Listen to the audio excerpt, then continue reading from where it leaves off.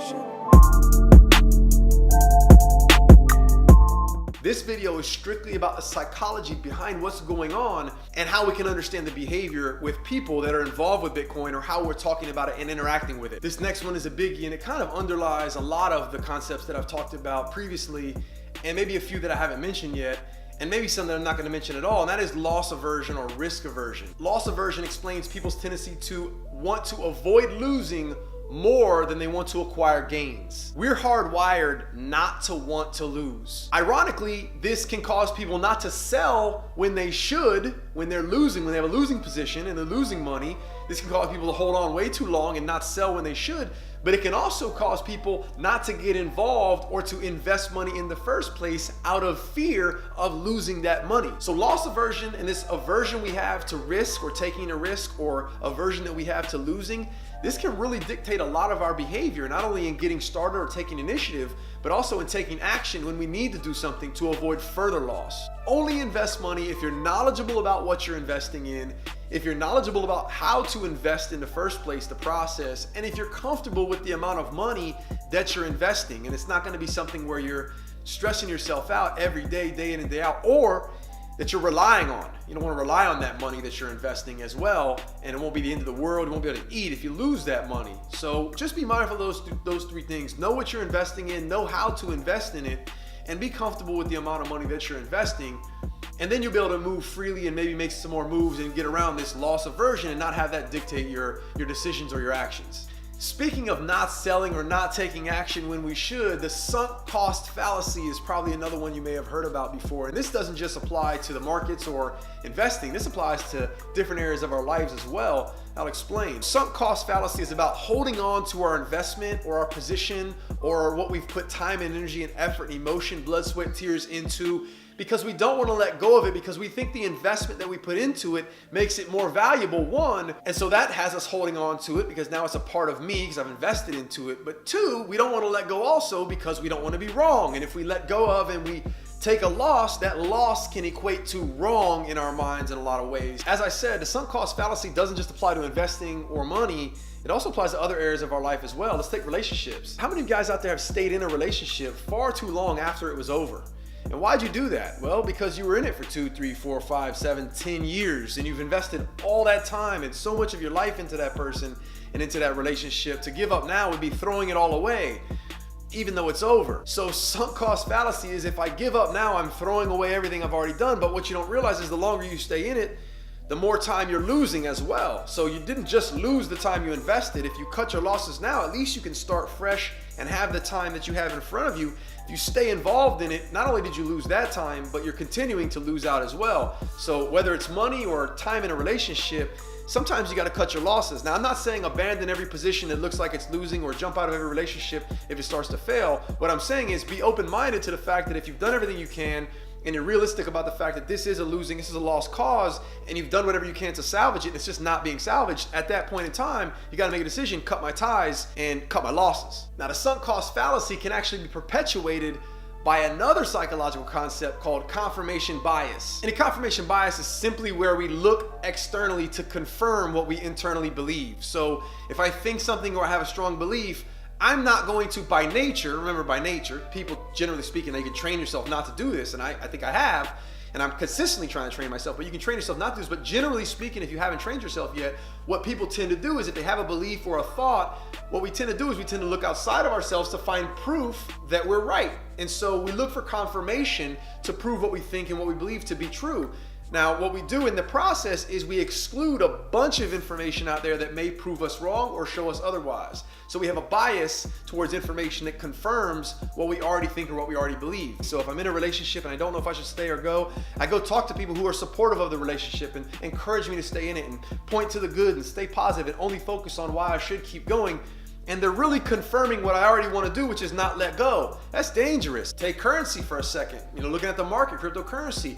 If you've invested in a position or you have some sort of a position in a trade or an investment and it's tanking, if you look to other people with that same investment, they might tell you the same thing. No, let's just hold on, and everybody's saying the same. They're confirming what you should do, and what you should do is wrong in that situation. You should cut your losses. So confirmation bias or the confirmation trap is dangerous, especially with social media in terms of finance and in terms of investing. But you also see this same confirmation bias or this same confirmation trap happen with politics. I remember during this last political season, 2016, Facebook is something called an echo chamber. What happens is when we ascribe to a certain political view, we tend to listen to and get information from and chat with people who have the same exact views as us. So we're just hearing basically ourselves magnified all over the place. If we do that in investing, you're not going to get an objective point of view and you're not going to hear some sort of alternative, and you might stay in a situation that you shouldn't be in for a little bit too long. And so the sunk cost fallacy can be perpetuated by something called confirmation bias or the confirmation trap. Be careful with that one, very dangerous. The next concept that I want to talk to you about is called the base rate fallacy. In order to put this out there and explain this one, I'm going to start with a question. If a friend told you that he lost money or she lost money on a coin and it's no good, and you were thinking of investing in that coin, but the experts in every article that you've read on this coin say otherwise. They say that actually this coin is very promising and this is just a temporary setback, and actually the technology behind this coin is very promising and it looks very good down the road. And a number of multiple sources have said that same thing. Who would you listen to? Who would you believe more importantly?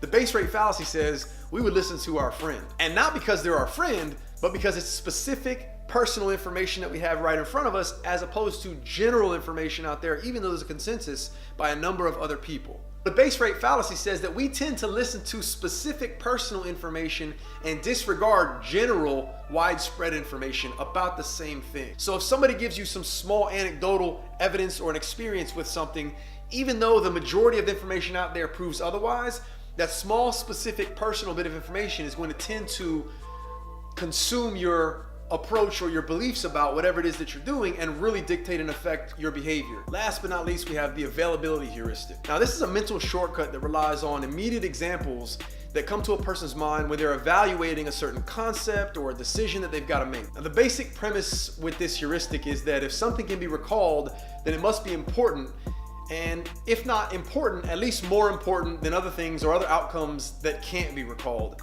This is a faulty way of thinking. Just because you haven't had the experience or can't recall the experience that is similar to the one that you maybe are going to undertake doesn't negate or reflect poorly, or shouldn't reflect poorly, on the experience that you haven't taken under yet. So how does this apply to Bitcoin or cryptocurrency? Well, if you ask yourself questions like, or you've heard the questions, is this a bubble? Is it gonna crash? Is Bitcoin too good to be true? Are these prices too high to be true? Those questions cause us to search for answers. And for us to find the answers to those questions, we've got to understand what we're talking about, which is this massive increase or explosion in value of Bitcoin. And so what we tend to do is try to find or remember or recall a time in history or another example that's relevant or relates to or is similar to what this experience is, as we try to understand this concept. And so what happens in that situation is, what do people tend to do? Well, they tend to go back and look at other bubbles or other explosions of value in certain things. And that's where you have conversations like, well, this is similar to the tulip bubble, or this bubble is just like the stock market crash in 1929, or this is just like the financial crisis right before the Great Recession in 2008. So we compare these things really quickly because we have these immediate experiences, recall these things immediately in our minds. We compare them because we can recall that, but we can't recall something else that might contradict it. So we dismiss the possible outcomes that are positive as opposed to the negative ones that relate to the examples that maybe I just gave. So availability heuristic is also something that can prevent somebody from getting involved if they don't know anything or they're not real knowledgeable, and the first thing they associate something like cryptocurrency or investing in cryptocurrency or getting involved in cryptocurrency, that the first thing they associate to it are these memories or reminders of these catastrophic experiences that look similar in terms of a bubble. This may prevent somebody from getting involved as well, and only because of a memory they have from something that looks similar, not by looking at what we have right in front of us objectively and seeing what it is and why it may be different and how it could be different. And it's not just the same because it looks the same or reminds you and you're recalling the same thing from the past. Now, if you have any other psychological concepts that maybe apply to this, please post them in the description below in the comment section. And if you have a question about any psychological concepts at all, stuff that I've mentioned today, or something else that you're curious about, I love psychology. It's my area of expertise. It's something that I'll be glad to look into and possibly do a future video on it. If there's something you're curious about, you have a question about something in the area of psychology, no matter what it relates to, leave that in the description below in the comment section, and I'll take a look at that and get back to it. Again, this is just one video on one area of finance of our lives. My area of expertise is really personal leadership and how we can really lead ourselves in the area of emotions, psychologically, leadership, relationships, but also this Bitcoin thing was really trendy and really interesting from a psychological standpoint, behaviorally speaking at least. So I wanted to just throw my 2 cents out there, and hopefully you got some concepts that are beneficial to you and help you understand your own behavior and possibly other people's behavior as well. If you benefited from it and you really did enjoy it, please leave me a comment, let me know about it. Check out my channel, look out for more videos to come in the future. Until the next video, happy trading, happy investing, take care.